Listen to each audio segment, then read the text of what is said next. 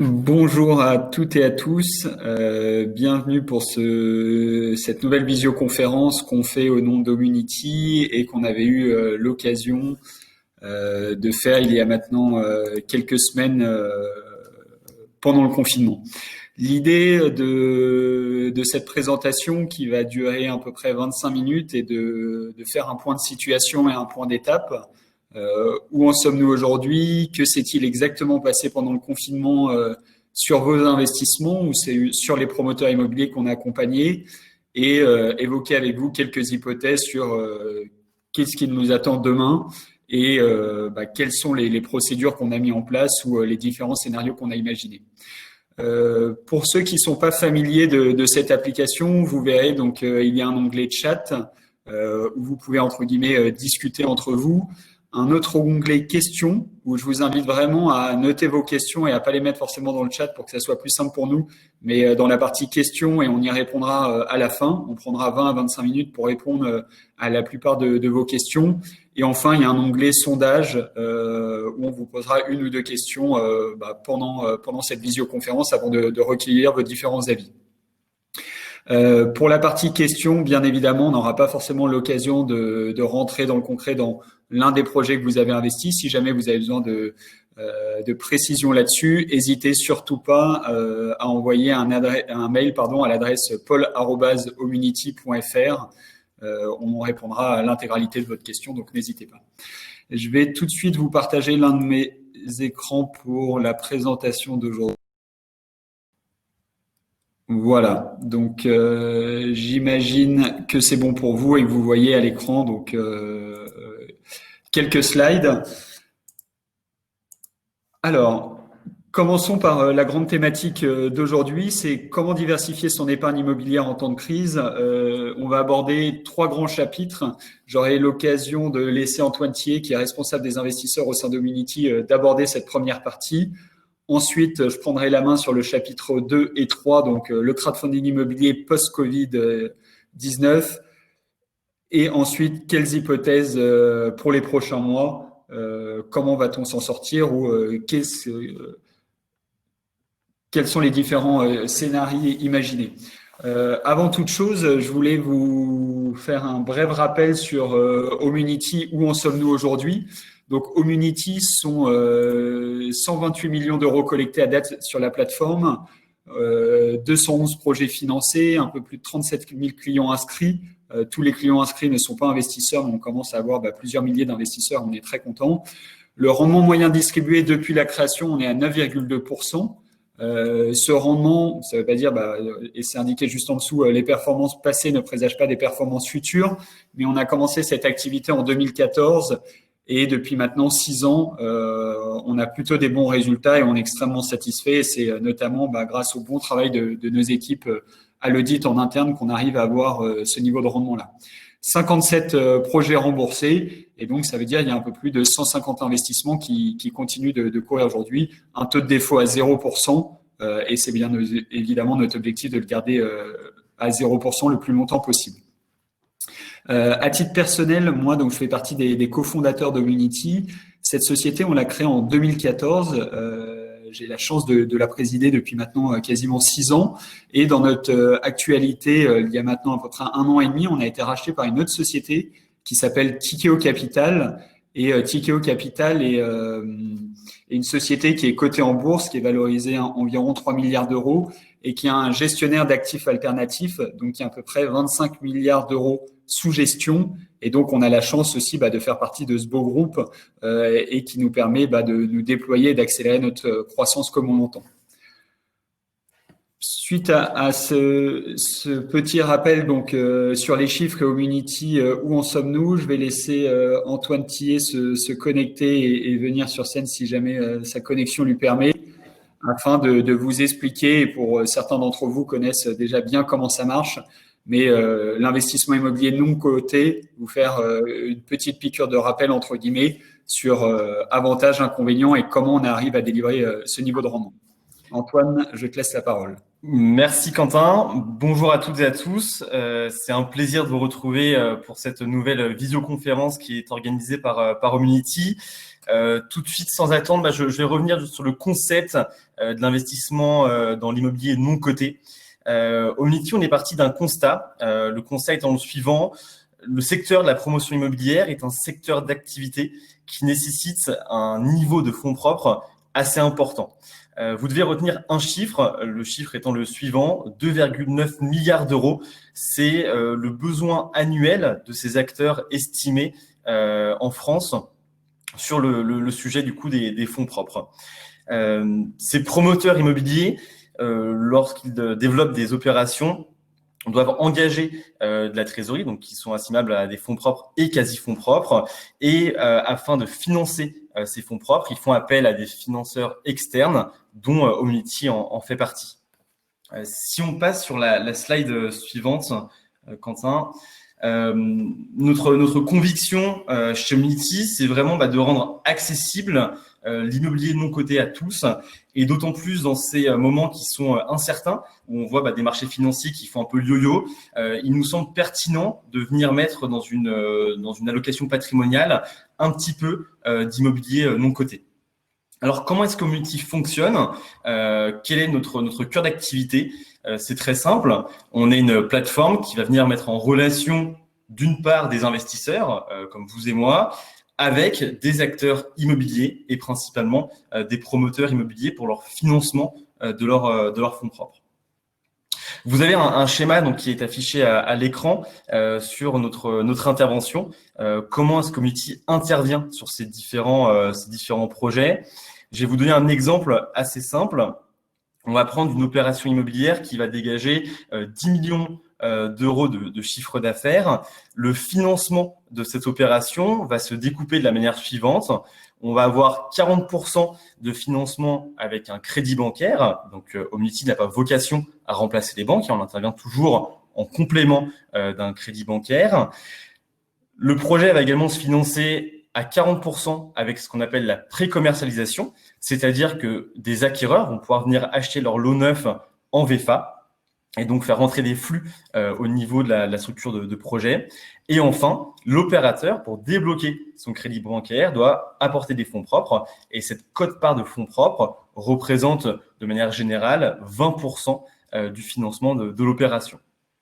Donc, comme vous pouvez le voir, Omnity intervient uniquement sur cette partie des fonds propres, et nous ne finançons jamais à 100% cette quote-part de fonds propres. On intervient au maximum à 80% des fonds propres demandés par la banque, c'est-à-dire que l'opérateur qu'on vient financer est lui-même engagé dans l'opération. Alors, Omnity, on n'est pas une maison ouverte à n'importe quel type d'opérateur immobilier, et on l'évoque juste après.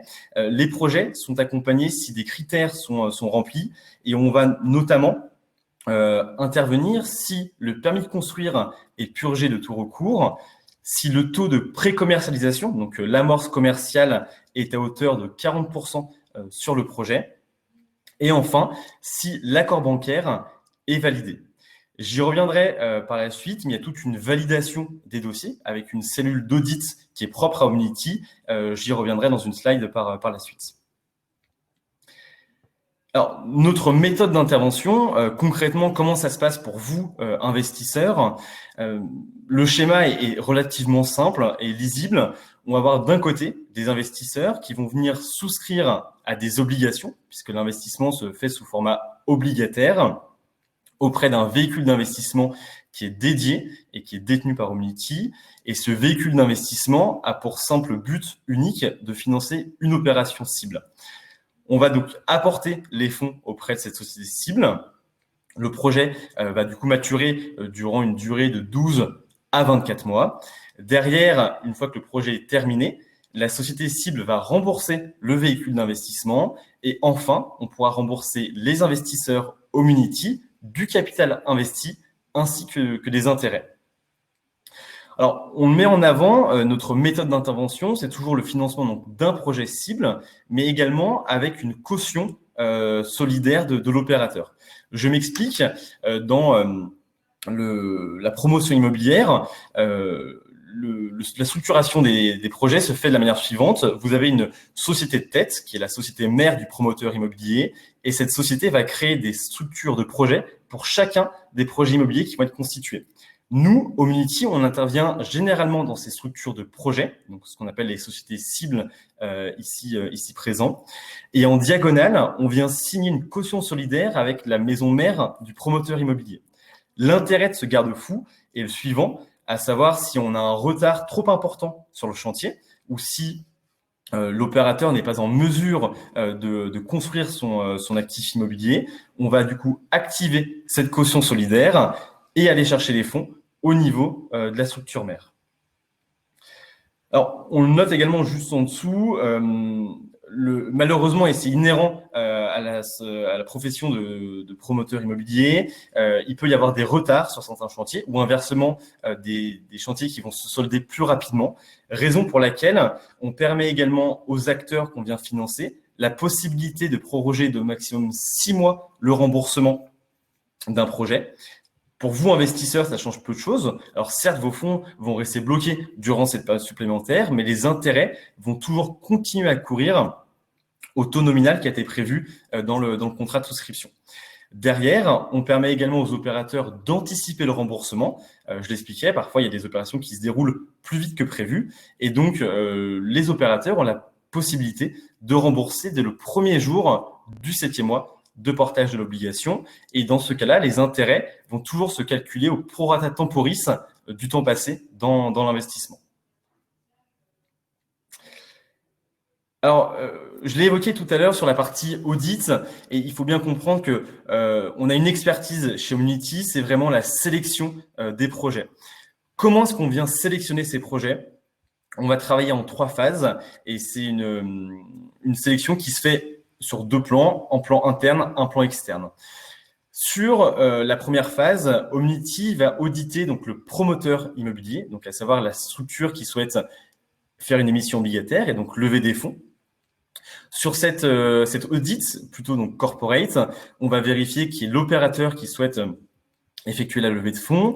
On va regarder d'un point de vue RH, vérifier que l'opérateur soit suffisamment staffé, comme on dit, afin de supporter son développement. On va vérifier la réputation de l'opérateur, mais surtout, on va rentrer vraiment dans le cœur du réacteur et auditer tout ce qui est compte et bilan de la structure, afin d'apprécier vraiment le risque et la surface financière de l'opérateur. Une fois qu'on a réalisé cet audit en première phase, donc l'audit du promoteur, on va passer sur une seconde phase, toujours en interne, à savoir l'audit du programme immobilier.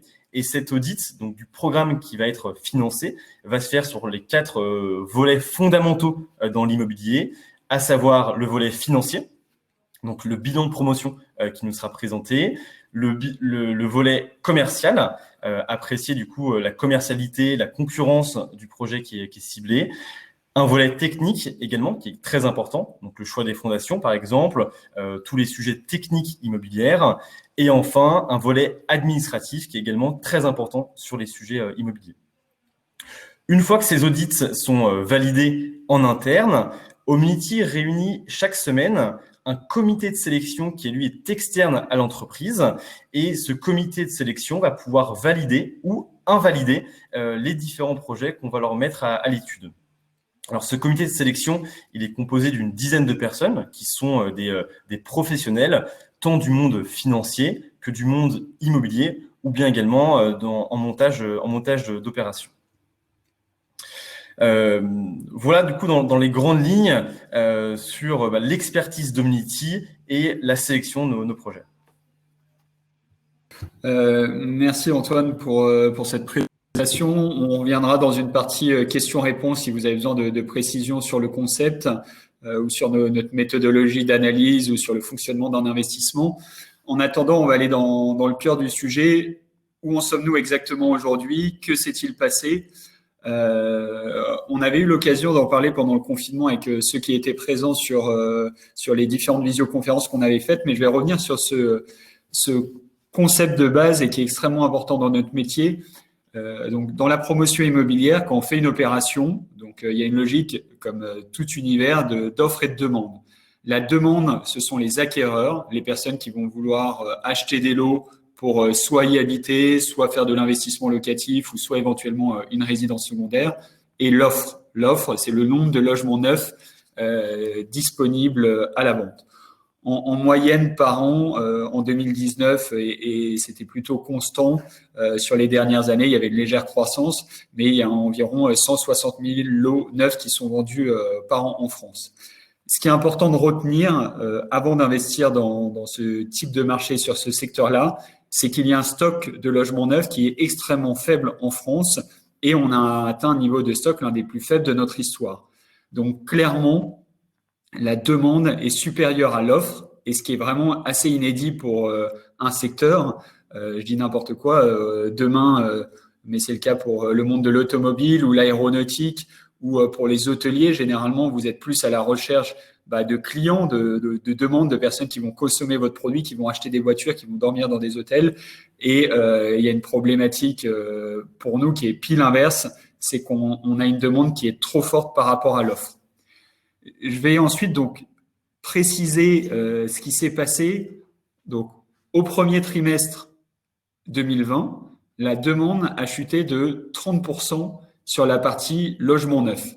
On peut se dire une chute de 30%, c'est assez historique et on l'a très rarement vu.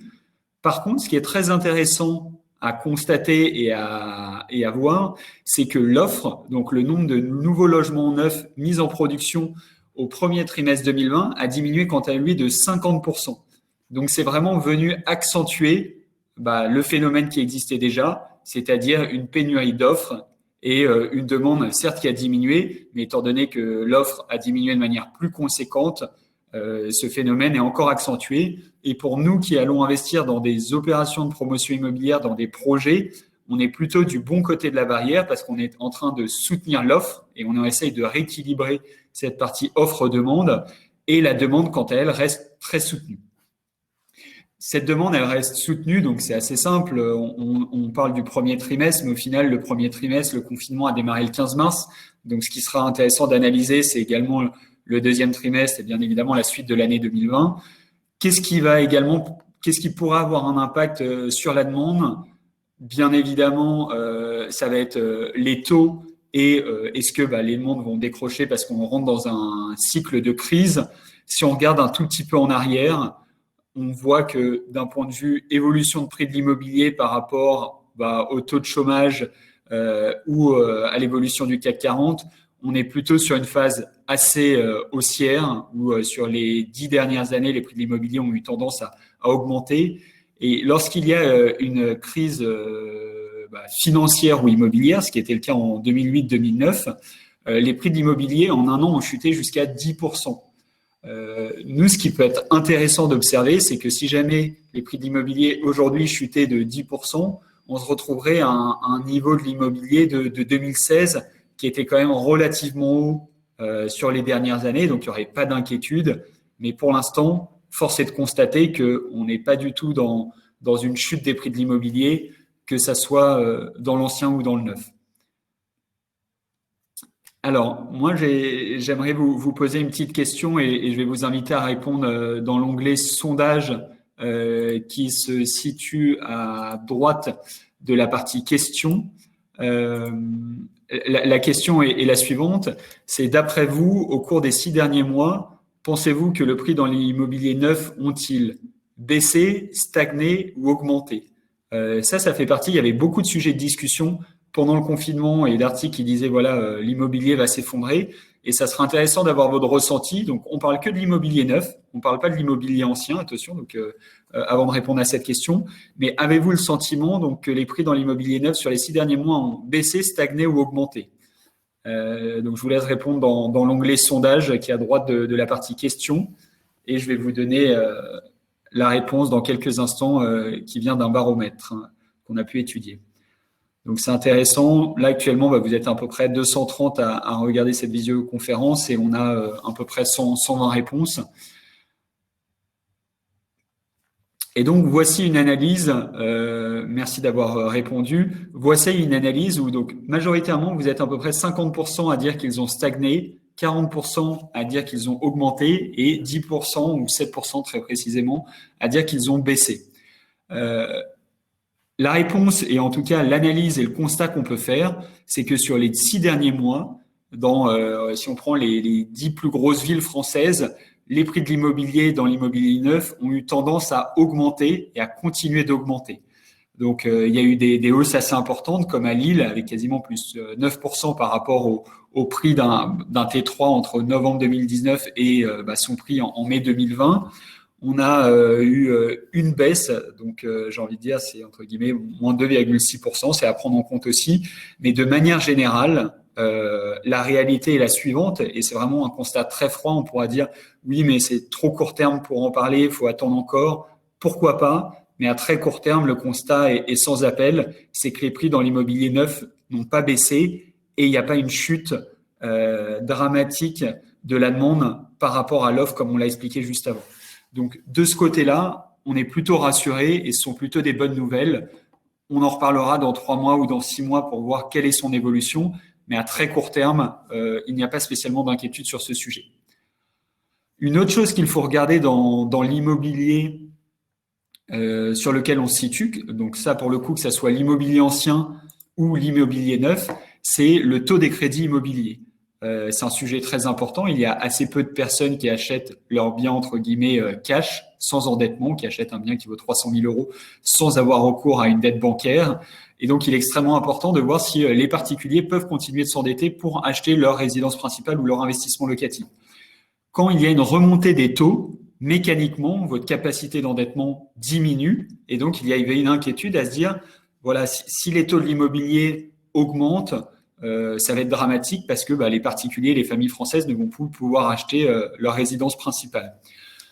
Si on s'intéresse à l'évolution des taux sur les 20 dernières années, pareil, il y a un constat assez froid et plutôt sans appel, c'est que les taux, on est à un point historique qui est extrêmement bas. Et ça, c'est une réalité. Sur les 2-3 derniers mois, certes, ils ont augmenté. Donc là, le taux que vous voyez, 1,12% et qui a augmenté à 1,25%, c'est le taux moyen sur généralement une durée de près de 20 ans. Ce taux-là, certes, il a augmenté, mais il est passé de 1,12% à 1,25%. Donc, voilà, on peut pas le nier, mais si on regarde ça sur un prisme de 10 ou 15 ans sur les dernières années, pareil, c'est sans appel, les taux restent bas, et même si demain on passe à un taux de 1,4, 1,5, c'est pas dramatique, ça serait pas une bonne nouvelle, mais on a constaté là dans les dernières semaines qu'il y a à nouveau une diminution des taux entre 0,05% et 0,3%, donc c'est une bonne nouvelle. Et de toute façon, d'un point de vue coordination bancaire au niveau européen, il n'y a aucun intérêt pour personne à ce que les taux augmentent de manière forte. Donc ça, bonne nouvelle de notre côté également. A priori, la demande en logement neuf va pouvoir rester soutenue parce que les Français vont pouvoir continuer de s'endetter. Et ça, c'est une super nouvelle pour la suite des opérations qu'on a pu financer. Aujourd'hui, donc sur les 150 opérations qu'on a en cours d'investissement, notre boulot, c'est vraiment de suivre les investissements, de suivre les évolutions des chantiers, les commercialisations, les reprises de chantier. Est-ce que la situation financière de nos promoteurs immobiliers est bonne ou pas? Donc ça, c'est vraiment suivre régulièrement notre portefeuille. J'ai envie de dire, c'est la base de notre métier, en plus de suivi d'auditer des nouvelles opérations, mais on se concentre vraiment là-dessus. À date, et je vais pas vous mentir, et peut-être que je ne tiendrai pas le même discours dans 6 mois ou dans 1 an, mais on n'a pas d'inquiétude particulière sur la santé financière de nos promoteurs immobiliers. Il y en a certains qui ont sollicité des PGE, les prêts garantis d'État, où l'État a garanti un certain nombre de prêts octroyés par les banques jusqu'à hauteur de 300 milliards, c'était l'enveloppe globale. La bonne nouvelle pour ceux qui en avaient besoin, ils ont pu faire appel à ces PGE, et on a quelques promoteurs immobiliers qui l'ont fait parce que c'était aussi une opportunité d'avoir de l'argent à un taux extrêmement faible. Le taux, c'est 0,25%. Donc, si vous voulez saisir des opportunités, ça pouvait en être une.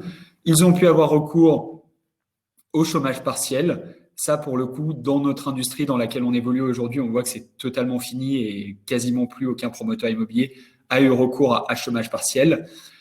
Par contre, il y a 2 choses qu'on a analysées.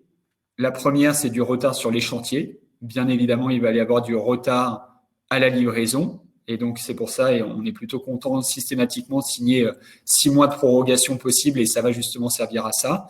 Ça, c'est quelque chose qu'on a observé. Et le deuxième sujet, et ça concerne Homunity, c'est que le nombre de projets qu'on a mis en ligne est extrêmement réduit. Et pourquoi il est extrêmement réduit? Parce qu'il y a moins de projets qui sont accordés, parce que ça a pris du retard et parce qu'on ne souhaite pas aller sur des projets à n'importe quelle condition, avec n'importe quel risque. Donc nous, au niveau d'Homunity, on préfère 1000 fois baisser notre niveau d'activité et proposer uniquement des projets de qualité dans lesquels on croit, plutôt que de continuer à avoir un niveau de projet proposé avec un fort volume. C'est pas du tout l'objectif.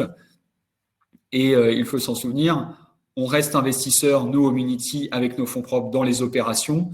Et Tikeo Capital a monté un fonds qui s'appelle Tikeo Homunity Fund, qui fait à peu près 30 millions d'euros et qui vient investir dans nos opérations. Donc voilà, notre volonté, elle est aussi bien pour vous, investisseurs, que pour notre actionnaire, que pour notre société Homunity, d'avoir uniquement recours à des projets qui nous semblent de qualité. Et après, notre situation financière personnelle est bonne et donc on n'a pas d'inquiétude sur le fait de faire moins de chiffre d'affaires pendant 2 mois, 3 mois, 4 mois, 6 mois. On attend que l'activité revienne avec des bonnes opérations à vous proposer. Ça, c'est le constat à date. Et aujourd'hui, on n'a pas d'inquiétude. On a un dossier, c'est notre dossier entre guillemets faible, où on est en train d'activer une hypothèque pour aller récupérer les fonds. Mais cette situation avait démarré avant le Covid et la valeur du foncier fait qu'on n'est pas inquiet sur le sujet. Et ensuite, les autres projets continuent leur vie. Certaines prennent un peu de retard, mais c'est inhérent au monde de la promotion immobilière. Et les 2-3 derniers mois qu'on a vécu peuvent accentuer certains retards. Et c'est pour ça, pour les promoteurs immobiliers, pour nous, il est toujours question de bien vous rembourser capital plus intérêt. Et si jamais, et certains l'ont vécu sur nos dossiers, si jamais il y a des retards non contractuels, le taux passe mécaniquement à 15% pour les acteurs et généralement, ce qui les force à rembourser assez rapidement. Quelles hypothèses pour les prochains mois? Donc, on n'est pas du tout devin là-dessus. On souhaite vraiment vous donner quelques chiffres et vous faire part de ce qu'on peut constater. Aussi à vous de vous faire votre propre opinion et votre propre idée là-dessus.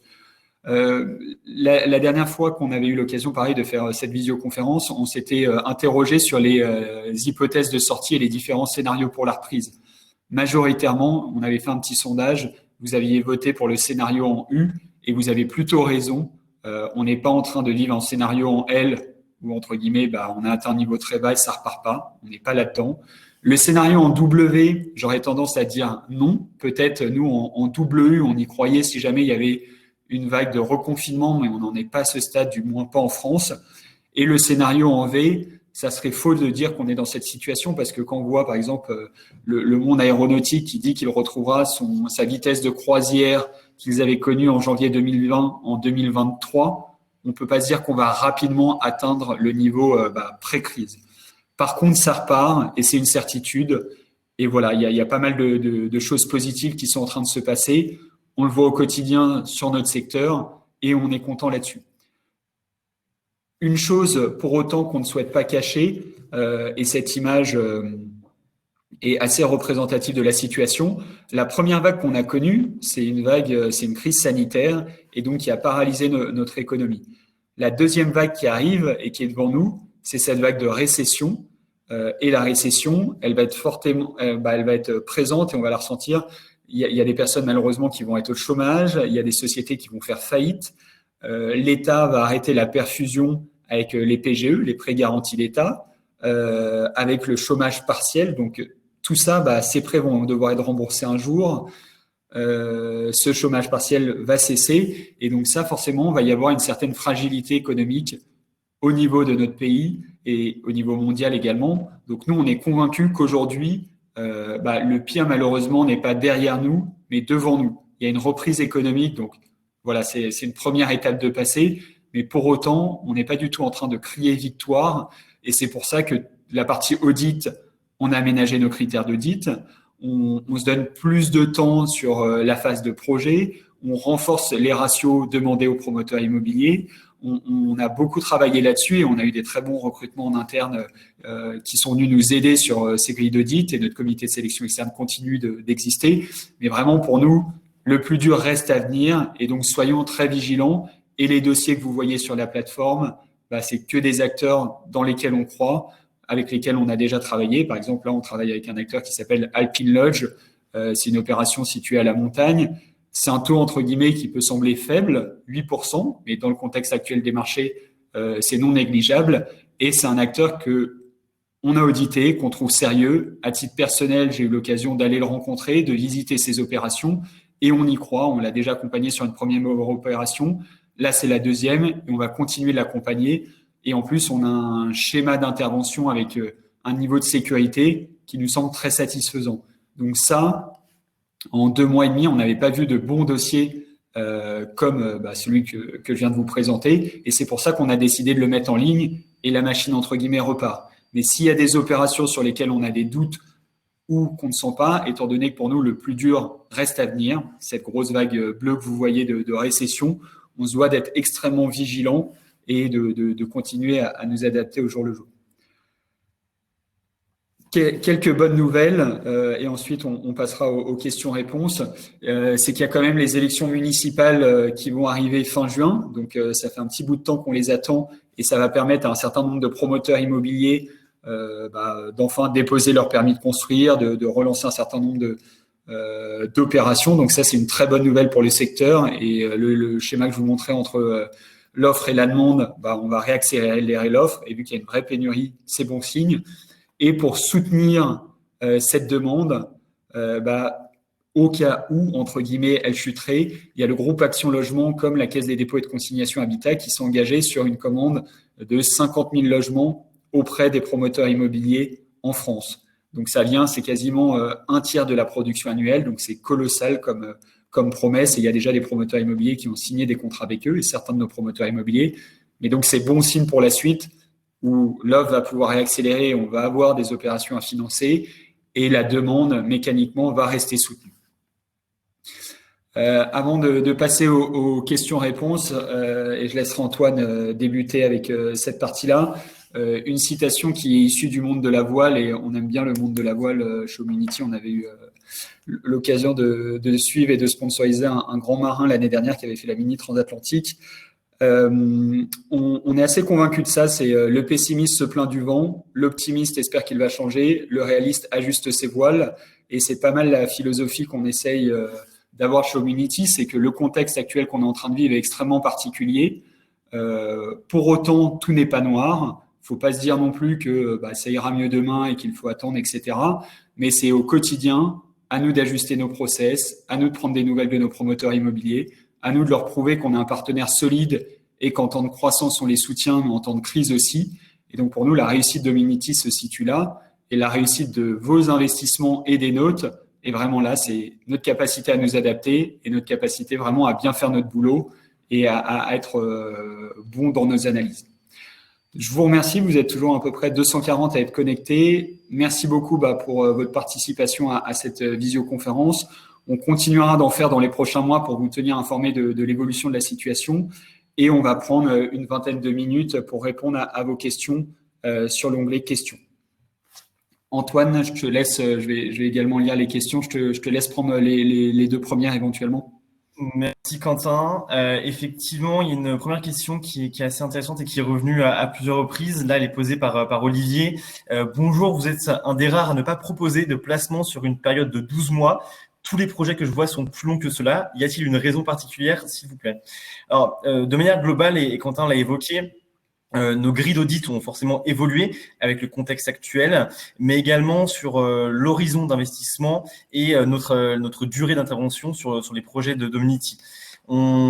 Chez Homunity, on a plutôt une gestion, on va dire, en bon père de famille et une approche qui va viser à prévoir des durées peut-être un peu plus longues que prévu initialement, donc plutôt sur des durées de 18 à 24 mois, voire des fois 30 mois, d'autant plus qu'actuellement, il peut y avoir certains impacts, soit sur la commercialisation ou bien sur les chantiers, raison pour laquelle on préfère prévoir des durées d'investissement plutôt sur des durées de 18 à 24, voire 30 mois. Alors, question suivante pour répondre très rapidement à Monsieur Lacourly qui nous demande si on a prévu une refonte du site pour un meilleur suivi des investissements.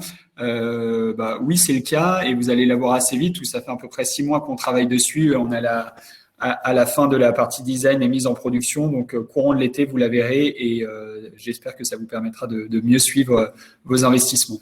On parle effectivement, Christophe Maheu pose la question, on parle beaucoup de promotion immobilière, quid de l'activité de marchand de biens.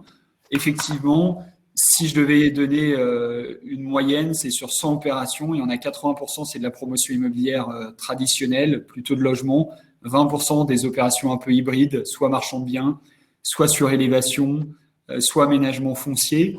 Dans notre méthode de fonctionnement, on fait plus de promotion immobilière parce que c'est notre cœur de métier et on a commencé là-dessus. Après, on n'a aucun problème à accompagner des opérations de marchand de biens ou de rénovation à partir du moment où l'acteur est solide, où il y a une réactivité commerciale, où le promoteur, enfin l'acteur en question est suivi par des banques. Nous, on n'a pas vocation à remplacer les banques. C'est extrêmement rare sur des dossiers. Là, peut-être qu'il y aura plus, entre guillemets, plus de sujets, étant donné que les banques sont très accaparées par ces sujets de PGE, mais c'est pas notre volonté première de remplacer les banques et c'est pas la raison pour laquelle on existe. Donc, on fait certaines opérations de marchand de biens à condition d'être extrêmement en confiance avec l'acteur. Et sinon, on reste sur notre cœur de métier, l'activité de promotion immobilière, avec de la pré-commercialisation, un crédit bancaire, un permis de construire purgé. Autre question de Pierre-Antoine Rosa qui évoque dans une stratégie d'épargne cohérente, quelle part devrait tenir le crowdfunding selon vous dans un portefeuille? Le crowdfunding immobilier reste un placement avec un risque. Ce risque est rémunéré avec un taux de rendement qui est assez attractif. On l'évoquait entre 7 à 10%.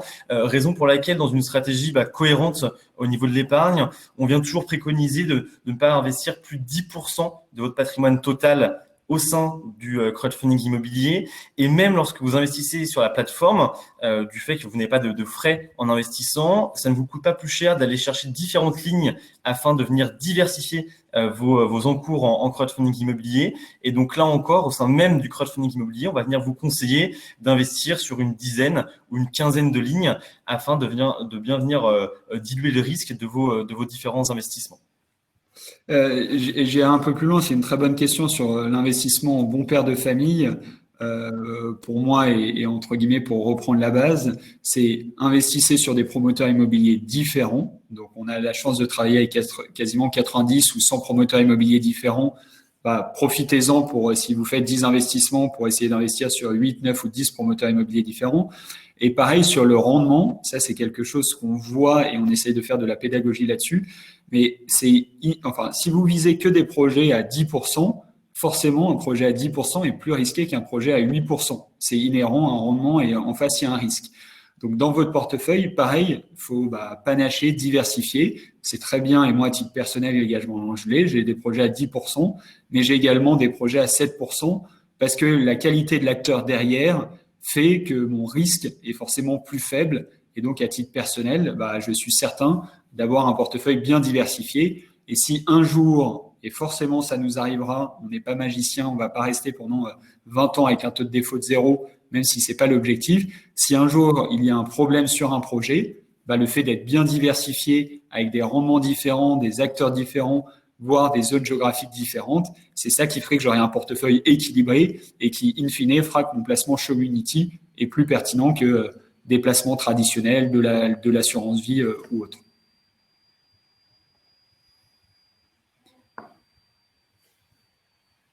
On pose une question, Antoine, s'il y en a d'autres derrière, sur les sources des chiffres de l'offre et la demande de logement. Je vous invite à le consulter. C'est la Fédération des promoteurs immobiliers qui a sorti ces chiffres-là. C'est Alexandra François-Cuchac qui en est la présidente. Vous pouvez aller télécharger librement sur le site fpi.fr ou .com. Enfin, vous tapez Fédération des promoteurs immobiliers, le rapport annuel de 2019 qui est extrêmement bien fait. Et vous pouvez facilement voir ce constat de l'offre et la demande. On a une autre question de Jacques Soukires qui évoque donc, pourquoi les fonds levés sont-ils dirigés sur la holding de tête et non pas sur la SSCV? Alors, effectivement, il y a différents types de montage chez Omnity. Le premier type de montage qu'on a évoqué, donc c'est le montage généraliste où on intervient au niveau de la SSCV et on prend une caution sur la holding de tête. Mais effectivement, dans d'autres schémas d'intervention, Homunity peut intervenir sur une société typiquement financière d'un groupe de promotion immobilière et prendre toujours une caution solidaire sur la structure de tête. Et dans certains cas, en moindre mesure, on intervient effectivement au niveau de la structure de tête. Donc, on apporte les fonds au niveau de la holding et on prend une caution sur la SSCV. Alors, ce montage, il ne faut pas que ça porte confusion et la caution porte réellement sur une structure qui détient un actif immobilier. Donc, c'est pas une caution pauvre ou sur une coquille vide. Question de Monsieur Corbel sur donc bonjour Monsieur Corbel sur les 15% en cas de retard. Ça, toute la partie rendement, elle va donc après il y a sûrement eu des exceptions. Il faudrait regarder dossier par dossier. Je sais que nos dossiers les plus anciens, les premiers qu'on ait fait, on mettait pas cette partie-là. Les derniers, on le met systématiquement dans nos contrats. Nous, au Homunity, on ne se rémunère jamais sur cette partie investisseur. D'ailleurs, pour vous, investisseurs, vous n'avez pas de frais à l'entrée, pas de frais de gestion, pas de frais de sortie. Nous, au Homunity, on se rémunère uniquement et une fois, c'est lors de la mise à disposition des fonds au promoteur immobilier. Quand on lève 1 million d'euros, on lui facture 5% du montant levé. Et après, si jamais, avec le contrat avec le promoteur immobilier, il est marqué que le taux passe de 9 ou 10% à 15% sur cette partie hors contractuelle, je parle pas de la partie prorogation, c'est vraiment hors contrat. Là, généralement, on lui met des pénalités à un taux plus haut et ça revient directement à l'investisseur. Après, il faut lisser. Si jamais il a, entre guillemets, que 2 mois de retard hors contractuel et que votre investissement a duré 24 mois, qu'il était à 9%, ça va pas venir booster le rendement non plus de manière considérable, mais les 2 derniers mois vous seront payés de manière plus forte. Le niveau d'investissement qu'on a au niveau de nos fonds propres, nous, au Homunity, donc on restait une PME traditionnelle à l'époque avec, entre guillemets, peu de fonds. On a bien évolué. La société est maintenant rentable depuis 4 ans, si je ne dis pas de bêtises. On met systématiquement le minimum dans l'opération et surtout quand il n'y a pas beaucoup de place et que les projets partent en 2 minutes, on met le minimum pour vous laisser de la place. Après, notre ticket, on n'a pas de mal à l'augmenter et parfois on est entre guillemets, très investisseur sur l'opération parce qu'on a déjà notre actionnaire qui prend 50% de l'opération. On a Homunity qui investit. On a nous, dirigeants ou salariés, qui investissons également dans nos opérations. Et puis, on reste une PME, entre guillemets, traditionnelle où cette société, on a souvent nos familles, nos proches, nos amis qui sont les premiers à aller investir dans nos opérations. Donc, généralement, quand on met un projet en ligne, c'est plutôt qu'on y croit. Et on est les premiers à être investisseurs et à se positionner là-dessus. Donc, on n'est pas dans une logique de se dire on fait du chiffre à très court terme et on a des défauts demain. Et on le voit actuellement. À titre personnel, je préfère beaucoup plus qu'on ne fasse pas de chiffre d'affaires, qu'on ait des bonnes opérations et qu'on ait un bon track record, plutôt que de me dire on va montrer à tout le monde qu'on est capable de faire des super chiffres en période de crise. Non, la réalité économique est là. Il y a pas des très bonnes opérations en ce moment. Parce que on est dans une phase de ralentissement, il y a des permis de construire qui sont pas encore octroyés, donc on attend et le jour où il y aura des meilleures opérations, on les mettra en ligne. Nous avons une question d'Aurélien Venet qui porte du coup sur où sont stockés les fonds pendant la durée de la levée de fonds avant qu'ils aillent de manière définitive chez le promoteur. Alors au Homunity, on travaille pour tous les sujets financiers sur la plateforme avec une filiale du Crédit Mutuel Arkéa, ce qui veut dire que dans le process d'investissement, donc un investisseur qui souhaite investir, et Quentin évoquait le dossier en cours de collecte Morel Lodge actuellement sur la plateforme, lorsque la personne signe son contrat de souscription, son bulletin de souscription en ligne, par la suite, il est possible donc d'effectuer un paiement par carte bleue ou bien un virement bancaire et les fonds sont crédités sur un compte numérique détenu par Mangopay. Donc Mangopay, c'est la filiale du Crédit Mutuel Arkéa. Donc ce sont des comptes séquestres. Homunity n'a pas la main dessus. On ne peut pas utiliser cet argent pour autre chose. Et une fois que la collecte de fonds est terminée, on apporte ces fonds auprès de la société cible qui est financée. On nous pose la question il y a plusieurs de plateformes de crowdfunding qui existent.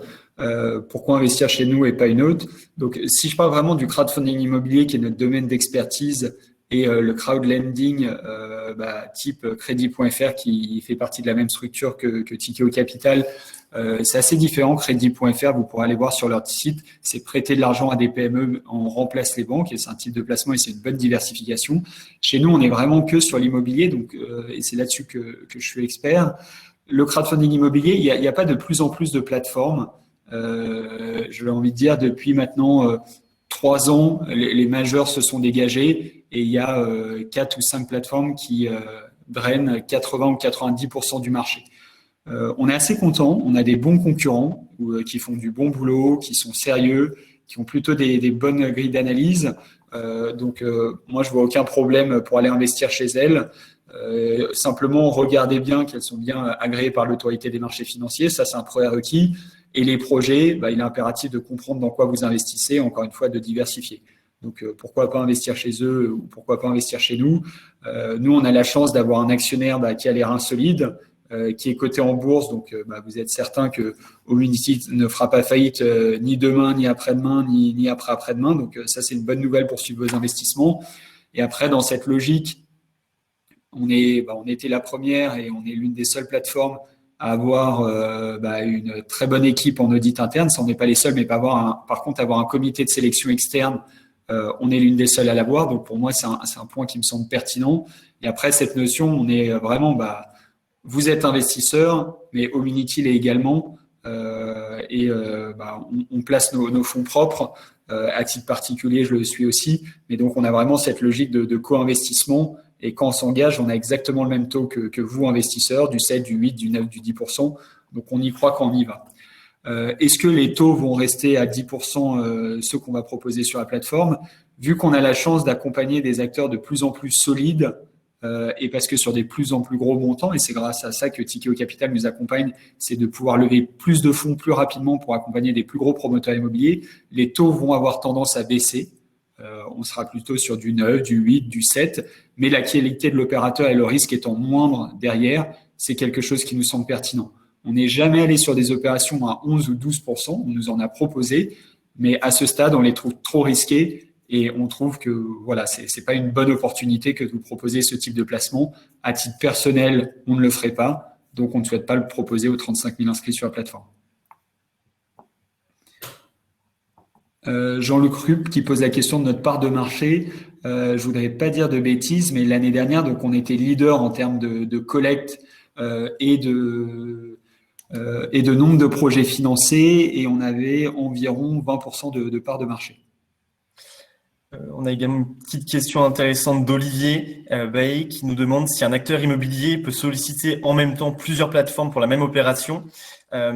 Lorsqu'on passe au crible d'audit, les opérations qui sont soumises, une attention toute particulière est portée sur effectivement une étude de la concurrence entre plateformes afin de vérifier effectivement que l'acteur ne refinance pas une opération qui a déjà été financée par une autre plateforme. Donc en tout cas, chez Homunity, c'est un drapeau rouge qui se lève si on nous apporte un dossier qui est déjà en cours de financement sur une autre plateforme, et donc on n'ira pas sur le financement, on validera pas en tout cas la levée de fonds pour cette typologie d'opération. Et effectivement, c'est un point clé dans nos grilles d'audit à date.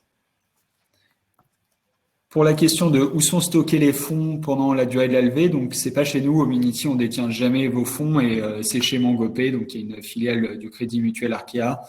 Il y a pas trop de soucis à avoir là-dessus, où ils sont pas placés à droite ou à gauche et vont très vite chez le promoteur immobilier. Michel Kebler qui pose la question de la rémunération d'Homunity est un pourcentage des fonds. Est-ce que ça va nous inciter à lever plus de fonds? Encore une fois, on n'est pas à la course à faire toujours plus de chiffre d'affaires, toujours plus de rendement, etc. On a la chance d'avoir été bénéficiaire assez vite dans la vie d'Homunity et cette société que j'ai co-créée. Notre objectif, c'est vraiment la qualité des projets qu'on vous propose. Et on le voit sur des dossiers, si les promoteurs immobiliers souhaitent mettre, je dis n'importe quoi, si 1 million à lever et qu'on ferait 500 000 et que le promoteur souhaite mettre 700 000 euros, j'ai envie de dire, lui, c'est un coût pour le promoteur immobilier aussi. Donc, il n'a pas envie qu'on lève des fonds simplement pour que nous fassions plus de chiffre d'affaires, et on n'est pas vraiment dans cette logique. On essaye de trouver la bonne adéquation pour participer à son développement. Et après, il y a quand même des référentiels de base. Avant qu'on existe, c'était des investisseurs privés ou fortunés qui, quand il y avait 2 millions à collecter, mettaient un ticket de 2 millions tout seul. Nous, là, ce qu'on a fait, ce qui est nouveau, c'est simplement qu'on réunit des particuliers pour investir ensemble. Et par contre, on coûte moins cher aux promoteurs immobiliers parce qu'on intervient plus tardivement. C'est vraiment ça notre raison d'être. Et c'est pas forcément à tout prix à lever le plus de fonds possible pour l'acteur. On pose pas mal de questions sur le sujet PEA-PME. C'est un sujet qui nous intéresse en interne. faut simplement effectivement que les banques capent leurs frais. Donc ça, il y a des sujets qui arrivent et merci de le rappeler cet été. Et ensuite, ça va être simplement un sujet technique. Est-ce qu'on arrive bien à communiquer avec les banques là-dessus ou est-ce qu'il faut que ça soit en mode papier, faire des allers-retours, des autorisations? Et je vous le dis très honnêtement, on est une société entre guillemets numérique et digitale. Chez nous, on ne fait pas de signature papier, c'est que de la signature électronique. Pour des raisons de coût aussi, on n'est pas en train d'imprimer tous vos contrats et ensuite de les renvoyer aux différentes banques. Donc, si elles sont bien digitalisées, sont capables d'être entre guillemets 100% en ligne, on le fera bien évidemment. Ça nous intéresse, on a une forte demande. Si les banques ne sont pas organisées, on n'ouvrira pas ça au PEA-PME. On a une question de John Connelly. Connaît-on le taux de défaut sur l'ensemble des plateformes depuis l'existence de ce type d'investissement? Alors, pour rappel, toutes les plateformes de crowdfunding immobilier en France sont agréées par l'AMF et inscrites à l'ORGAS. Donc, effectivement, il y a un contrôle assez important et notamment sur les chiffres et les reportings. À date, le taux de défaut du marché, donc si on prend toutes les plateformes qui financent des opérations immobilières en non-coté, ce taux est évalué à 0,5%. À date. Donc ça, il y a une opération, donc c'est pas quelque chose qui est caché, qui s'appelle l'affaire Terla. Et donc c'est la seule opération qui a connu un défaut à date sur ce type d'investissement.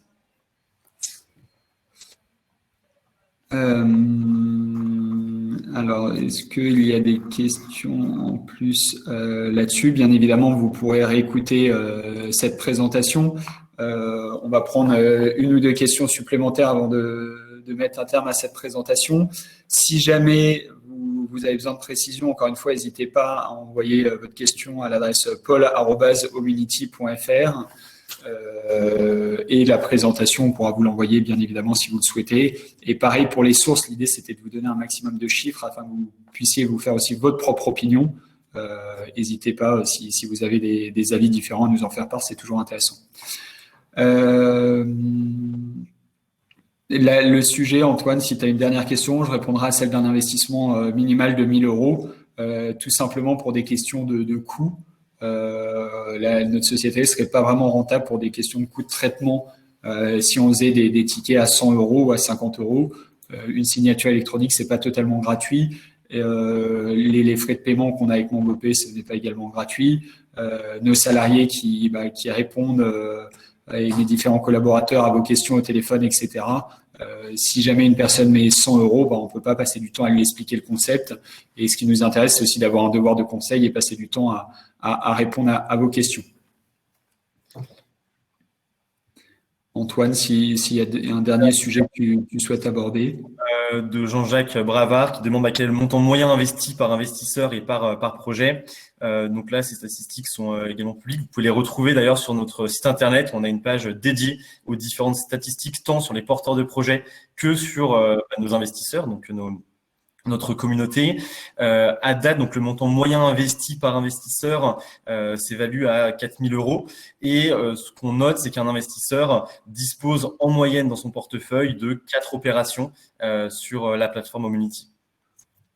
Dernier sujet, et après je ferai un tout petit mot de conclusion. Sur notre dossier qui pose problème, nous on en a un aujourd'hui sur nos 220 investissements qu'on suit particulièrement. C'est un dossier où on a une hypothèque de premier rang, donc le foncier, où sa valeur est supérieure au montant qu'on avait investi. Aujourd'hui, on est dans la procédure d'activation de l'hypothèque, donc on a un huissier qui est sur le sujet. Et l'idée à assez court terme, ça va être de revendre ce foncier. On connaît des promoteurs immobiliers qui peuvent être intéressés, donc on n'est pas inquiet. C'est pas un sujet qui nous préoccupe. On est plutôt confiant. Pour effectivement, on va aller chercher 100% du capital et on va également aller chercher les intérêts qui nous sont dus. Je voulais vous remercier de votre participation à cette visioconférence. Merci beaucoup d'avoir été là. C'est grâce à vous que Omunity existe et c'est grâce à vous qu'on peut financer des promoteurs immobiliers, aider également ce secteur de la promotion immobilière en France qui nous tient à cœur et qui crée des emplois. Donc, merci beaucoup de votre présence et de votre fidélité. Si jamais vous avez besoin de précision, n'hésitez surtout pas à travers l'adresse mail dont on parlait, paul@omunity.fr. Et encore une fois, on est assez confiant pour la suite. on va continuer de régler nos voiles quotidiennement et faire en sorte d'avoir toujours une qualité irréprochable sur la plateforme et de maintenir le plus longtemps possible ce taux de défaut à zéro, qui aujourd'hui est une vraie fierté. C'est pas simple de le maintenir à zéro, mais en tout cas, c'est notre objectif. Il y a bien évidemment des risques lorsqu'on investit sur ce type de placement. Il y a un rendement qui nous semble être à la hauteur en face, et donc on va continuer de bien faire notre travail comme on le fait depuis maintenant 6 ans. Merci à tous pour votre participation. Merci beaucoup Antoine pour tes réponses, et à très bientôt. Merci à tous, à très bientôt.